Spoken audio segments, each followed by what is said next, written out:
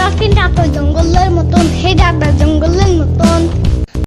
ইয়ামিন জানো, এক ধরনের সাপ বের হইছে, আর এই সাপ নাকি অনেক ভয়ঙ্কর। আরে ধুর, চুপ থাকো তো। তুমি দেখছো কখনো? আরে না, আমি দেখি নাই, কিন্তু শুনছি এদের নাম নাকি রাসেলস ভাইপার। ঢাকার আশেপাশেই নাকি আছে সাপগুলা। এই সাপগুলা অনেক ভয়ঙ্কর, এদের কামড়ে নাকি মানুষও মারা যায়। এমনি বললো না, আমার হাত বুট বেড়ে যাইতেছে। আরে তুমি হার্ট বুট বাড়াইও না।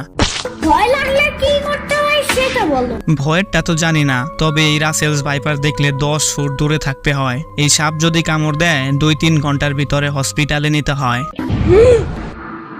পানির নিচে ডলফিনটা তো জঙ্গলের মতন, হে ডাকটা জঙ্গলের মতন। আমি রাসেলস ভাইপার। কি যোগ্যতা আছে তোমার?